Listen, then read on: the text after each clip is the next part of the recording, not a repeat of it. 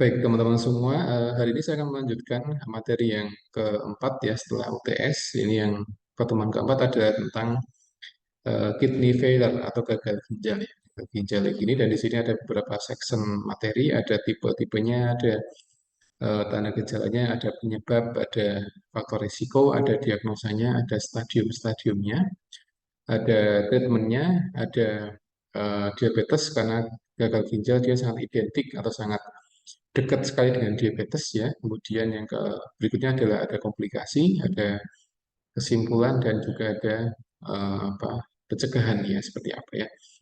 Baik di sini ada satu kalimat atau statement yang menyampaikan kalau gagal ginjal itu dia terjadi ketika ginjalnya dia tidak mampu untuk memfiltrasi toksin yang ada di tubuh si pasien. Jadi ini gagal ginjal karena fungsi utama ginjal adalah untuk memfiltrasi toksin yang ada di tubuh kayak gitu ya. Karena kita setiap hari makan, minum dan sebagainya kemudian nanti akan difilter ya, difilter mana toksin, mana yang tidak, maka yang tidak toksin akan diserap tubuh, yang toksin dia akan dibuang seperti itu.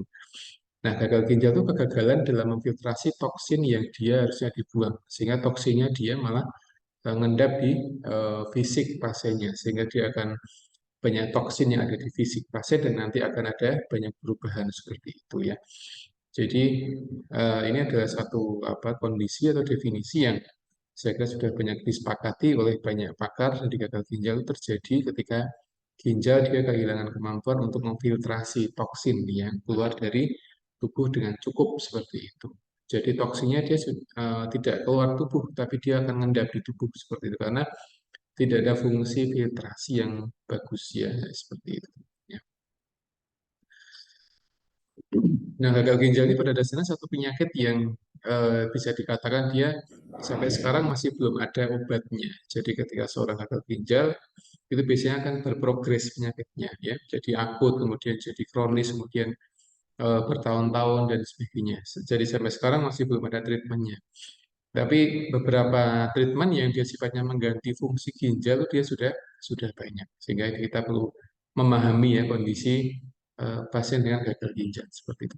Nah, ini tipe-tipenya. Jadi ada akut prerenal kidney failure, ada akut intrinsic kidney failure dan sebagainya. Jadi ini beberapa tipe gagal ginjal. Tapi secara umum itu ada akut, ada kronis.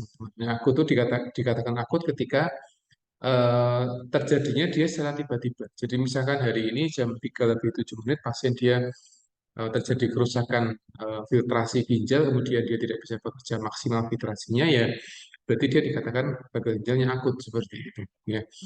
Nah, akut ini kadang dia bisa kondisi-kondisi yang barangkali masih mungkin bisa disembuhkan seperti semula ya, gitu teman-teman. Ya. Contohnya ada beberapa kondisi gagal ginjal akut yang pernah menimpa beberapa anak-anak kecil di tempat di Indonesia karena konsumsi obat-obatan tertentu seperti itu. Jadi masih masih mungkin bisa dikendalikan karena dia masih belum begitu fatal kondisi kerusakannya. Tapi ketika pasien gagal ginjal kemudian dia gagal ginjal akut, kemudian dia tidak ada intervensi yang cukup, maka dia akan bisa berubah menjadi kronis seperti itu. Nah, jadi bisa berbulan-bulan, kemudian dia bisa bertahun-tahun dan sebagainya sehingga dia akan menurunkan eh, kualitas filtrasi dari ginjalnya tadi. Jadi seperti itu. Ini secara umum ada dua, ada akut dan ada kronis, teman-teman. Nah, kemudian tanda gejala yang sering muncul yang pertama adalah penurunan urinnya sedikit kayak gitu. Jadi seorang dalam satu hari itu idealnya dia bisa pipis dia berkali-kali tergantung seberapa banyak dikonsumsi cairannya. Tapi pada pasien gagal ginjal itu dia tidak keluar toksinya. Jadi dia masih sedikit pipisnya gitu. Ya. Nah, karena pipisnya sedikit berarti toksin yang harusnya dikeluarkan tubuh dia malah mengendap di fisik pasiennya seperti itu. Makanya pasien gagal ginjal itu dia sangat tidak nyaman fisiknya. Nah, kita bisa membayangkan ketika kita tidak bisa atau kita menahan pipis ya mungkin sekian setengah jam itu sangat tidak nyaman gitu. Ini kita contoh orang sehat yang dia menahan kencing selama setengah jam. Nah, itu mungkin dalam perjalanan gitu ya. Mungkin dalam perjalanan tidak mungkin untuk bisa berkemih sewaktu-waktu kayak gitu. Kemudian dia menahan pipis setengah jam. Itu dia sudah membuat tidak nyaman gitu ya. Itu pada orang sehat. Nah, sekarang pada orang yang kena gagal ginjal itu dia seperti itu. Jadi toksinya dia tidak bisa keluar atau sedikit yang keluar seperti itu. Jadi misalkan toksinya dia ada 500 cc, itu mungkin yang keluar hanya 100 atau 50 gitu. Sisanya dia ada di tubuh si pasien tadi. Nah, ketika toksin dia tidak bisa keluar dari tubuh, maka dampaknya adalah dia bisa merusak organ tubuh yang lainnya seperti itu, ya. Makanya gagal ginjal dia akan ada komplikasi-komplikasi yang lainnya seperti itu. Nah, pasien-pasien gagal ginjal itu pada dasarnya nanti dia akan dapat terapi ya misalkan hemodialisa, cuci darah seperti itu, ya. Nah, beberapa survei yang ada di beberapa sebagian negara itu 90% pasien gagal ginjal dia tidak merasa kalau dia ginjalnya rusak. Ini yang jadi masalah teman-teman. Jadi misalkan ada 10 pasien gagal ginjal, itu hanya satu yang dia paham kalau dia rusak ginjalnya. Yang 9 dia tidak ngerti kalau rusak ginjalnya. Nah, ini yang jadi masalah seperti itu. Ya, makanya kita harus hati-hati dengan apa yang kita konsumsi sehari-hari, gitu ya. Ini yang pertama. Yang kedua adalah adanya bengkak ya teman-teman ya. Maaf, bengkak pada kaki ya dan sebagainya karena retensi cairan. Jadi dia ada edema, ada bengkak di bagian kaki seperti itu ya. Karena pipisnya dia tidak keluar kemudian apa namanya? Dia ada retensi cairan sehingga numpuk di bagian kulit, di bawah kulit, urinnya dan sebagainya. Itu yang cukup berbahaya ya. Dan rata-rata pasien gagal ginjal itu dia bengkak kakinya karena tadi ya tidak filtrasinya dia lemah, kemudian toksinya dia numpuk di bagian kaki. Nah, kenapa di kaki? Karena kaki dia kena kena gaya gravitasi sehingga cairan dia akan turun ke bawah semua seperti itu. Ya, kakinya bengkak dan sebagainya. Ya. Tapi nanti setelah pasien dia dicuci darah, di hemodialisa akan bengkaknya akan hilang. Gitu. Tapi ketika pasien dia tidak cuci darah atau mungkin dia terlambat cuci darah itu nanti akan bengkak dan akan banyak masalah gitu ya teman-teman. Jadi dulu saya pernah praktek di hemodialisa sebulan 2 bulan gitu memperhatikan pasien-pasien yang dengan cuci darah itu dia seperti itu. Jadi ketika cuci darah dia apa sehat ya gitu. Tapi ketika dia setelah sekian lama atau dia mungkin terlambat gitu ya, itu dia kondisinya beda, pucat kemudian macam-macam gitu. Dia yang jadi perhatian ketika pernah kita praktek di bahasa hemodialisa seperti itu. Ya. Yang ketiga adalah nafasnya dia pendek. Jadi nafasnya dia pendek, sesak nafas. Nah ini sesak nafas ini biasanya banyak faktor. Misalkan edema di bagian paru-paru itu bisa. Jadi banyak sekali pasien gagal ginjal yang dia juga mengalami edema atau bengkak di paru-paru. Jadi paru-parunya dia menjadi penuh cairan gitu. Nah, ketika paru-paru dia penuh cairan, maka paru-paru dia akan susah untuk inspirasi dan ekspirasi sehingga dia jadi pendek nafasnya. Ya gitu ya. Yang keempat ada trouble sleeping. Jadi tidak bisa tidur kayak gitu. Jadi rata-rata orang yang sakit itu dia susah tidur. Itu yang sering kita temukan gitu ya. Jadi pasien-pasien di hospital, pasien-pasien di rumah sakit itu ketika dia sakit, ketika dia dirawat, itu rata-rata dia susah tidur seperti itu. Kenapa? Banyak faktor ya. Misalkan dari aspek sakitnya, kadang pasien dia kepikiran dengan sakitnya, kayak gitu ya. Kepikiran kemudian kok tidak sembuh-sembuh. Yang pertama itu. Yang kedua adalah lingkungan biasanya ya, lingkungan. Sehingga jam besuk sekarang di hospital dia sudah dibatasi, tidak seluas beberapa tahun yang lalu. Sekarang sudah dibatasi, gitu ya. Dan juga kondisi kondisi apa namanya kondisi bangsal yang mungkin memang terlalu ramai sehingga pasien dia tidak apa bisa untuk istirahat. Jadi banyak faktor. Tapi yang menjadi penentu adalah kondisi sakitnya. Ya. Karena rata-rata orang yang sakit itu dia susah untuk tidur, biasanya gitu. Jadi orang sehat dia mudah tidur, tapi orang sakit itu terkadang itu dia susah untuk tidur. Ya. Biasanya dia jam 9 malam sudah tidur, tapi kadang sampai jam 12, kadang jam 1 baru bisa tidur dan sebagainya. Jadi ini gejala yang sering dialami oleh pasien-pasien dengan gagal ginjal. Ya. Kemudian yang kelima adalah sering kram pada di malam hari di bagian kaki. Jadi pasien dia sering mengalami kram ya.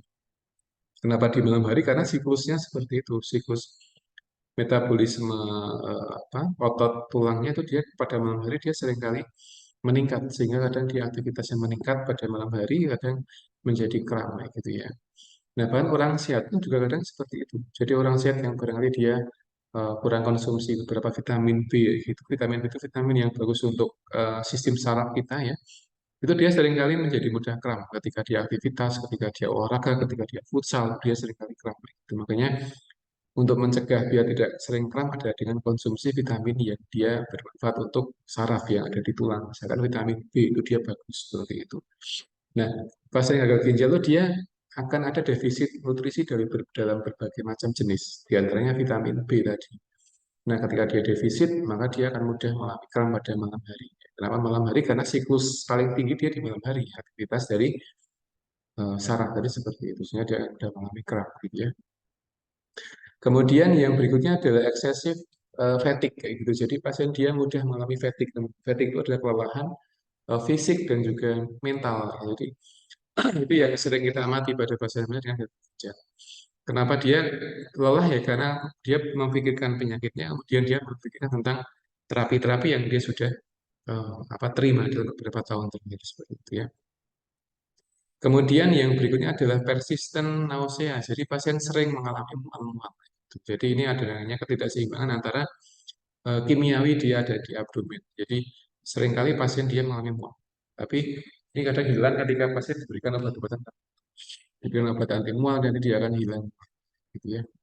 Dan pasien dia akan menjadi lebih sensitif dengan bau-bauan biasanya. Jika pasien kadang harus memakai masker dan sebagainya biar dia tidak sensitif dengan beberapa bau yang tajam dan dia bisa memicu mual, gitu ya. Kemudian yang berikutnya adalah confusion, jadi dia kebingungan. Jadi dia sering kebingungan, ini lebih ke arah psikologis sebenarnya. Kemudian yang berikutnya adalah chest pain atau mungkin nyeri dada. Nah ini ada kaitannya dengan poin yang ketiga, jadi nafasnya dia pendek. Dan rata-rata pasien-pasien yang gagal ginjal kemudian dia sudah nafasnya pendek itu disertai dengan nyeri dada. Jadi tidak hanya pasien yang dengan ginjal, tapi semua pasien-pasien yang bermasalah paru-parunya itu dia juga sering mengalami chest pain. Itu dadanya dia mengalami nyeri atau dia merasa ada beban yang berat pada dada ya. Jadi seperti itu. Nah, ini yang ditemukan pada pasien-pasien. Kemudian kejang ini juga tidak banyak, kemudian koma. Ini ketika pasien gagal ginjal dia terlambat cuci darah seringkali menjadi koma. Gitu. Dia pingsan, kemudian di rumah sakit, koma, dan dia butuh treatment yang cukup banyak. Ya. Nah, ini ada tanda tanda awal dari gagal ginjal, teman-teman. Ya, jadi yang pertama adalah penurunan decrease urine output, jadi urine outputnya dia berkurang, artinya pipisnya dia berkurang ya. Yang kedua adalah bengkak pada kaki. Yang ketiga adalah nafasnya pendek. Jadi ini adalah tiga tanda ketika seorang dia ada gagal ginjal seperti itu ya. Seorang barangkali minumnya dia banyak, tapi kok yang keluar dia sedikit, itu patut dicurigai. Sehingga mungkin si pasien dia terkena gagal ginjal. Sehingga perlu dicek untuk di laboratoriumnya. Jadi apakah apa ada peningkatan dari ureum creatinine atau mungkin yang lain itu dia perlu perlu dicek gitu ya. Jadi ini tanda yang awal ada tiga. Ya. Kemudian yang berikutnya adalah warna urin pada gagal ginjal. Jadi atau warna urin pada secara umum teman-teman ya. Jadi yang pertama adalah urin ketika dia warnanya adalah yellow atau kuning bening itu adalah ketika seorang dia cukup hidrasinya. Jadi dia tidak dehidrasi. Jadi warnanya bening putih atau mungkin kuning tapi dia bening seperti itu ya. Jadi dia well hydrated, jadi artinya pasien dia cukup cairannya ya. Yang kedua adalah kuning gelap. Ini pasien dia dehidrasi. Jadi kalau mungkin kita pas pipis kemudian warna urin kita adalah kuning gelap ya berarti dia dehidrasi dan kita juga butuh apa namanya asupan cairan gitu ya. Kemudian yang ketiga adalah oranye. Ini bisa dari dehidrasi, bisa jadi dari apa namanya bilirubin ya, gitu yang ada di pembuluh darah. Ya. Yang keempat adalah pink atau merah. Ini barangkali ada darah di bagian urin nah gitu. Ya. Atau mungkin seorang dia apa namanya makan makanan tertentu itu dia bisa membuat warna urin jadi semakin merah. Ya. Kemudian dia ada semacam berbusa. Busanya menjadi busa yang tidak seperti busa pipis normal kayak gitu. Itu tanda kalau kebanyakan protein. Ini indikasi kalau pasien dia ada penyakit ginjal. Jadi intinya kalau seorang yang dia gagal ginjal, pipisnya biasanya dia lebih banyak busanya. Yang pertama, yang kedua dia lebih bau kayak gitu. Jadi dia lebih bau pipisnya daripada pipisnya orang sehat kayak gitu. Jadi ini yang kita perhatikan. Beberapa pasien-pasien gagal ginjal ketika dia masuk WC kemudian dia keluar dari WC, WC-nya agak lumayan bau ya. Jadi pesingnya apa namanya lebih ekstra daripada yang sehat ya, seperti itu. Kenapa dia lebih bau? Karena ya tadi tinggi protein gitu ya, tinggi protein. Kemudian yang berikutnya ada penyebab gagal ginjal. Ini di sini ada beberapa penyebab gagal ginjal. Yang pertama adalah dilihat dari kehilangan darahnya pada ginjal, kekurangan darah pada ginjal, penyakit jantung, kemudian serangan jantung, kemudian penyakit liver atau hepatitis gitu ya, dehidrasi, kemudian luka bakar, alergi, kemudian infeksi itu dia beberapa penyebab yang bisa memicu gagal ginjal. Penyakit jantung pun juga sama. Jadi seorang tuh ketika dia rusak jantungnya atau dia sakit jantung, maka nanti efeknya ada suplai darah ke ginjalnya dia akan berkurang. Nah, gitu. Kepada ginjal dia butuh suplai darah untuk apa? Untuk filtrasi kayak gitu. Nah, ketika pompanya dia pompa jantungnya bermasalah, maka nanti suplai darahnya akan bermasalah. Ketika suplai darah bermasalah ke ginjal, maka ginjal akan kekurangan darah sehingga dia tidak bisa fungsi maksimal dan lama-kelamaan akan rusak. Jadi seperti itu mekanismenya ya. Itu juga apa hepatitis pun juga sama. Jadi itu juga bisa merusak fungsi fungsi ginjal. Karena ketika seorang hepatitis itu artinya toksin yang ada di tubuh si pasien dia tidak bisa difiltrasi maksimal di hepat. Karena di antara fungsi liver atau hepat ada dia untuk memfiltrasi atau menyaring toksin kayak gitu. Ketika toksinnya dia rusak, ketika livernya dia rusak, maka otomatis tidak bisa filtrasi toksin sehingga beban filtrasinya akan diterima ginjal dalam jumlah yang cukup banyak seperti itu. Ketika ginjal dia filtrasi terlalu banyak, terlalu lama, ya dia akan lama-lama akan rusak. Namanya seperti itu. Dehidrasi juga sama, kemudian luka bakar dia juga sama, alergi dan sebagainya. Jadi ini beberapa penyebab kenapa pembuluh darah itu menjadi faktor yang penting dalam kesehatan ginjal, gitu ya. Kemudian yang berikutnya dari aspek urin, dari aspek eliminasi urin. Jadi pertama adalah dari aspek pembuluh darah dan darah, ya gitu. Yang kedua adalah dari aspek eliminasi urin, gitu ya. Nah, yang pertama adalah di sini ada beberapa kondisi di mana apa namanya seorang dia mengalami gangguan pembuangan urin, misalnya gangguan prostat, ya, gangguan prostatnya besar. Jadi pasien-pasien yang dia mengalami gangguan prostat dia juga akan rawan terkena gagal ginjal. Kenapa? Karena nanti akan menyumbat urin yang keluar seperti itu. Ini akan jadi masalah, gitu ya teman-teman ya.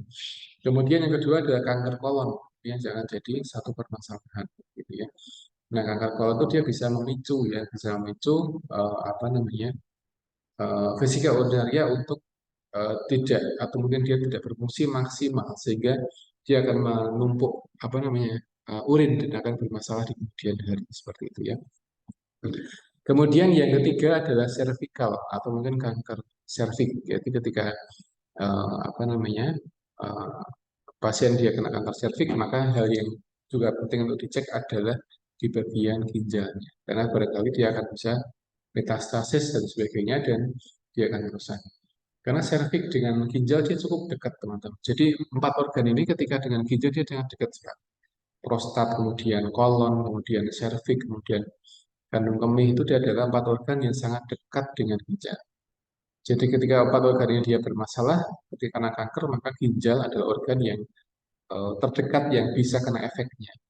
Jadi misalkan pasien kena kanker prostat, pasien kena kanker kolon gitu ya, serviks atau mungkin kanker kandung kemih ya nanti ginjal akan kena efeknya seperti itu. Jadi ini organ yang penting harus kita kita jaga ya seperti itu.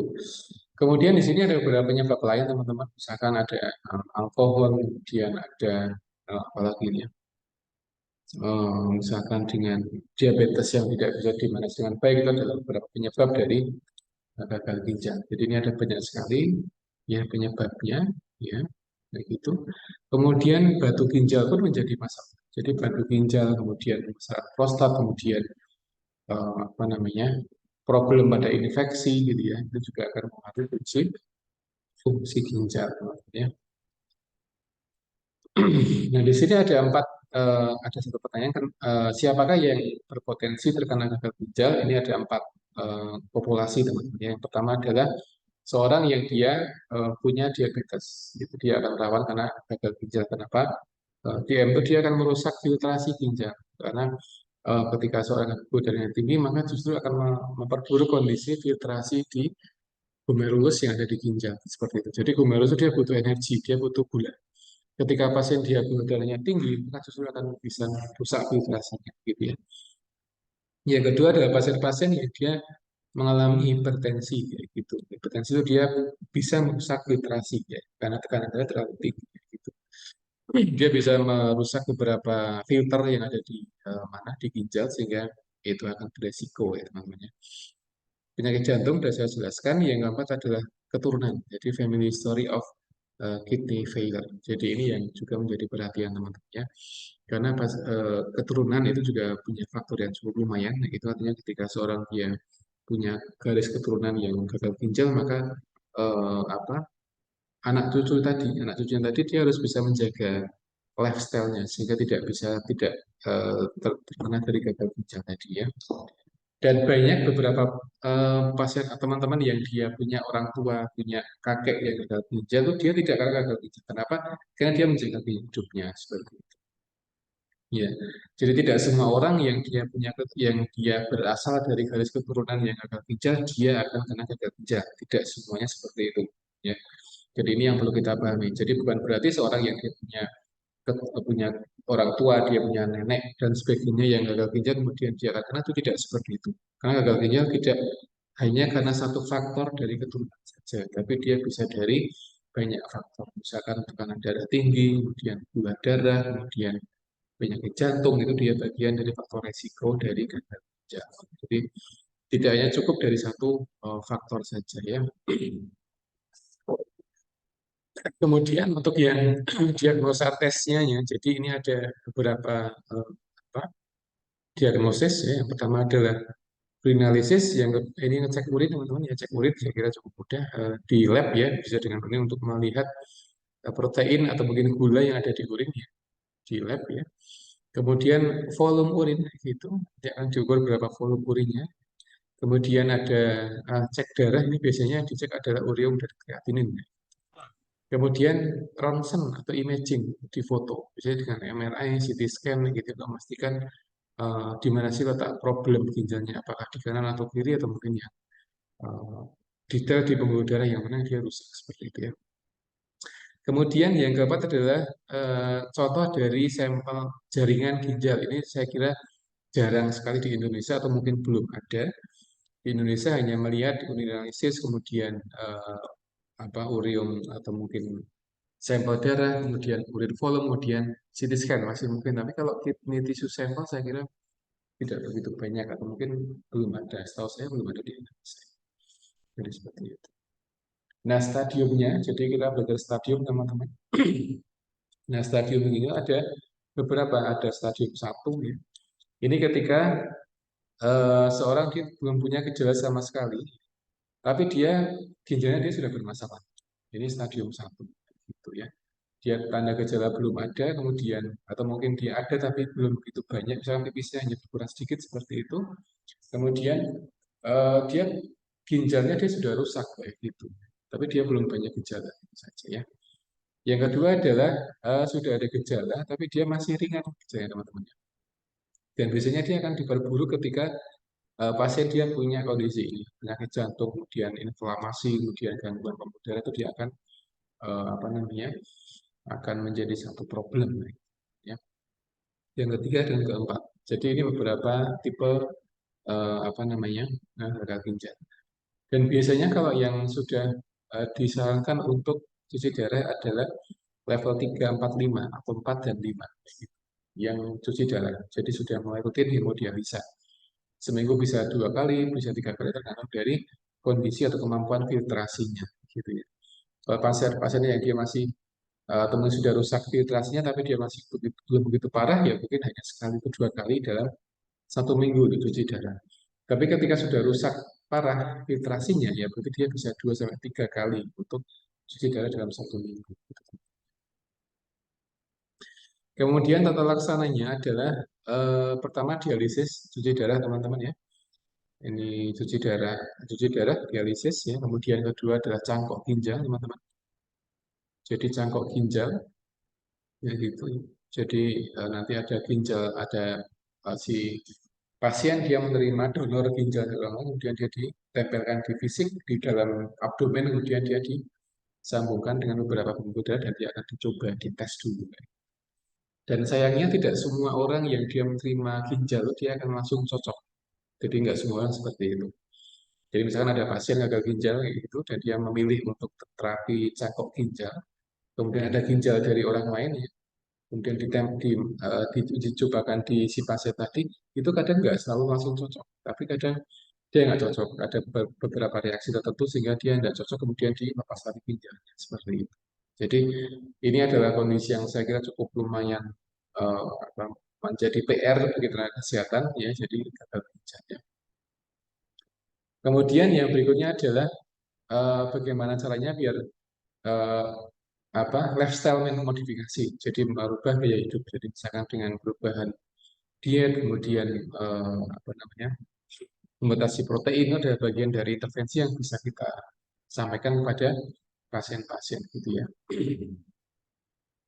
Jadi orang gagal ginjal biasanya dia akan dibatasi konsumsi proteinnya atau sodiumnya, jadi dibatasi. Jadi paling tidak dia 2000 mg per hari gitu ya. Ini apa garam itu kan sodium ya. Jadi garam dia ada sodium dan juga potasium dia juga dibatasi seperti itu ya. Kemudian yang berikutnya adalah lower alcohol intake. Jadi alkoholnya atau mungkin seorang mungkin di luar negeri itu dia apa dibatasi konsumsi alkohol gitu ya. Ketika di Indonesia yang mayoritas Muslim ya saya kira tidak diperlukan untuk konsumsi alkohol ya.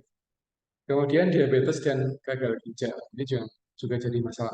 Ada saya sampaikan. Jadi antara gagal ginjal, hipertensi dan DM itu dia tiga kondisi yang saya kira sangat erat kaitannya gitu ya. Jadi ketika pasien gagal ginjal itu dia kadang ada riwayat diabetes atau dia kadang ada riwayat hipertensi sehingga itu yang menjadi perhatian kita. Gitu. Jadi ketika gagal ginjal yang kadang yang dikendalikan adalah dengan di gula darahnya diperhatikan atau dikendalikan gitu ya. Jadi solusinya ada tiga hal ini teman-teman. Jadi ketika kita merawat pasien gagal ginjal, kemudian dia juga ada DM-nya, berarti ya tiga hal ini yang kita perhatikan. Yang pertama adalah manajemen gula darahnya, bisa dengan medikasi atau yang lainnya. Yang kedua adalah manajemen tekanan darah. Yang ketiga adalah dengan pengobatan. Kayak gitu. Ya. Nah, komplikasinya seperti apa? Komplikasinya adalah macam-macam yang untuk gagal ginjal. Yang pertama adalah anemia. Kenapa anemia? Karena gagal ginjal itu pastinya dia tidak bisa memproduksi hormon yang ada di sumsum tulang, ya eritropoietin, sehingga pasien dia mengalami anemia. Kemudian yang berikutnya adalah kelemahan pada di bagian tulang, karena ketidakseimbangan dari apa namanya kalsium, jadi dia akan lemah tulang dan dia mudah mengalami fraktur. Yang ketiga adalah edema atau bengkak di kaki, kemudian penyakit jantung, kemudian hiperkalemia atau kalsiumnya dia tinggi, kemudian ada metabolik acidosis, gitu ya, dan sebagainya. Ini beberapa komplikasi yang sering muncul.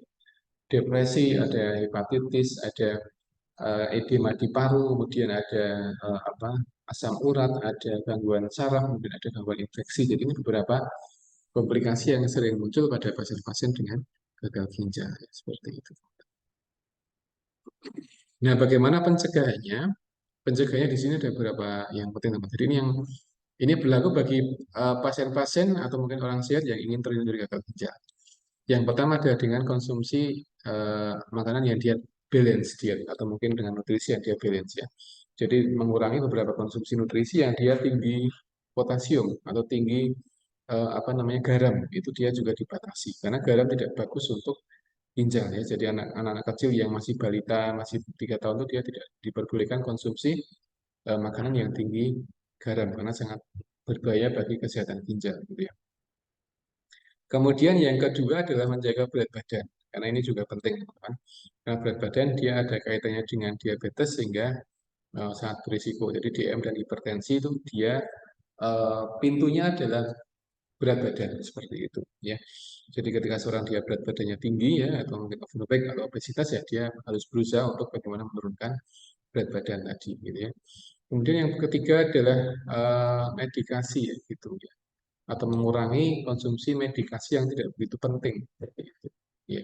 Jadi ketika kita sakit ya tidak langsung konsumsi, misalkan kita pusing ya tidak langsung konsumsi obat-obatan yang untuk anti pusing, misalkan paracetamol atau yang lainnya. Tapi coba untuk istirahat dulu. Karena kadang ada sebagian pusing yang dia hilang dengan istirahat. Jadi tidak semua tanda gejala yang kita rasakan harus diberikan obat-obatan. Jadi kita harus membatasi obat-obatan. Ya. Kemudian yang keempat adalah menjaga kondisi fisik kita, baik dari diabetes dan juga dari tekanan darah tinggi. Ya, gitu. Nah, makanya teman-teman di sini yang ada di kelas ini coba atau mungkin ya sekali cek gula darah, kemudian cek tekanan darah. Jadi harus dipastikan dia ada rentang yang normal. Gitu, ya. Baik teman-teman, saya kira itu untuk materi yang saya sampaikan di sini. Jadi di sini adalah tentang konsep dasar gagal ginjal ya, dari definisi, kemudian penyebab, stadium dan sebagainya. Ini materi dasar dan saya kira sebagai perawat kita juga harus paham tentang penyakit ini karena ini penyakit yang juga cukup banyak di Indonesia ya. Bahkan di beberapa bangsa di rumah sakit itu sering ada pasien dengan gagal ginjal. Jadi ketika teman-teman praktek di rumah sakit, praktek di bangsal itu sering kali kita temukan pasien-pasien dengan gagal ginjal. Itu yang pertama. Yang kedua adalah sekarang sudah mulai banyak rumah sakit yang dia membuka layanan hemodialisa. Nah, kenapa kenapa dibuka? Karena ya tadi ada peningkatan tren dari pasien dengan gagal ginjal sehingga dibuka untuk layanan hemodialisa. Ada sebuah rumah sakit yang dulu dia tidak ada hemodialisa, sekarang sudah mulai buka. Itu sudah mulai banyak seperti itu karena banyak pasien yang dia butuh cuci darah, kayak gitu ya. Jadi mungkin di setiap kota tuh ada rumah sakit yang dia fokus yang membuka layanan apa namanya cuci darah, gitu ya. Karena sebelumnya barangkali dia pasien harus keluar kota jauh sekali, kemudian sangat tidak mungkin untuk apa namanya keluar kota terlalu jauh, sehingga sekarang kebijakan pemerintah adalah ada di sebagian hospital itu dia ada apa namanya rumah sakit yang dia sudah membuka layanan hemo atau cuci darah. Jadi seperti itu teman-teman ya. Baik, sebelum saya tutup, mungkin ada pertanyaan dari teman-teman terkait gagal ginjal. Silakan. Pak. Ya, Pak. Mas Ayu Agung mau bertanya? Iya, Pak. Ya, silakan Orang kalau yang mau kena bertanya. gagal ginjal tuh, Pak, si darahnya itu bisa dihentikan atau seumur hidup, Pak? Iya, gagal ginjal itu pada dasarnya tergantung stadiumnya, Mas Ayu Agung ya. Stadiumnya dia seperti apa dulu. Kalau stadiumnya masih awal, itu dia masih mungkin bisa kita selamatkan. Contohnya adalah kasus-kasus yang ada pada anak-anak kecil kemarin ya di berita tuh diinformasikan kalau banyak anak kecil yang dia gagal ginjal karena konsumsi obat tertentu itu akut dan dia masih mungkin bisa disembuhkan. Tapi ketika sudah kronis itu dia susah disembuhkan. Jadi seorang dia akan berprogres terus untuk cuci darah seperti itu. Karena ginjal itu adalah salah satu organ tubuh yang dia yang apa yang susah sembuh ketika dia rusak seperti itu. Nah, di tubuh kita ada beberapa organ yang ketika dia rusak dia susah sembuh. Yang pertama adalah otak ya, itu yang pertama.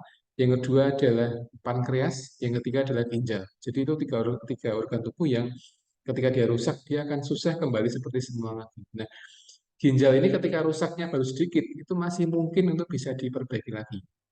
Ketika dia gagal ginjal akut, kemudian dia diketahui sebabnya karena misalnya obat-obatan, obatnya kemudian di stop, itu kemudian dia akan bisa repair. Tapi ketika sudah kronis, itu akan susah diatasi. Itu yang ada di kasus seperti itu.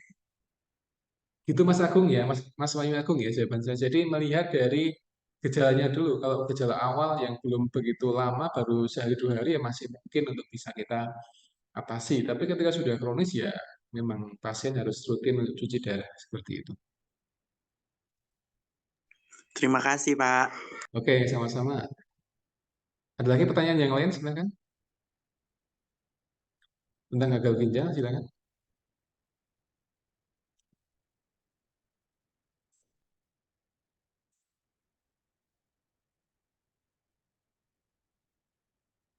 Tidak ada?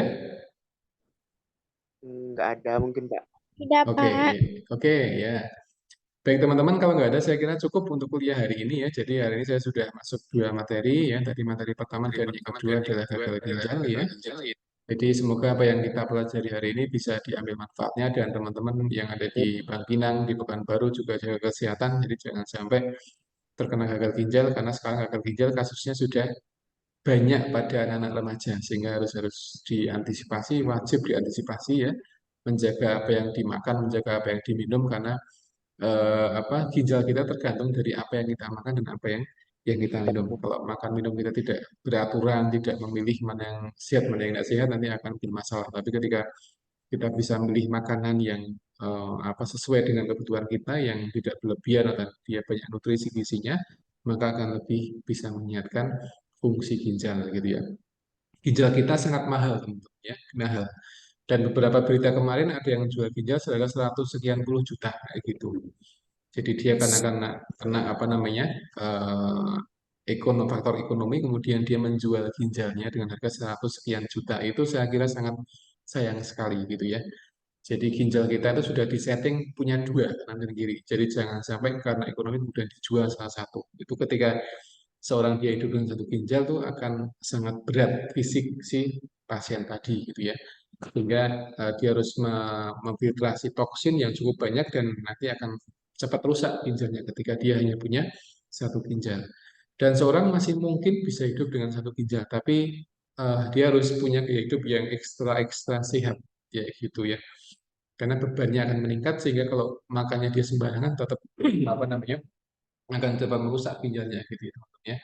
Jadi itu saran saya, jadi jaga kesehatan, jaga apa yang kita makan, apa yang kita minum, karena ginjal kita ditentukan kesehatannya dari apa yang kita makan dan apa yang kita minum, teman-teman ya. Baik, itu mungkin yang dapat saya sampaikan dan kita ketemu lagi minggu depan. Saya juga akan masuk dua materi lagi ya. Dan saya akhiri, Assalamualaikum warahmatullahi wabarakatuh. Waalaikumsalam warahmatullahi wabarakatuh.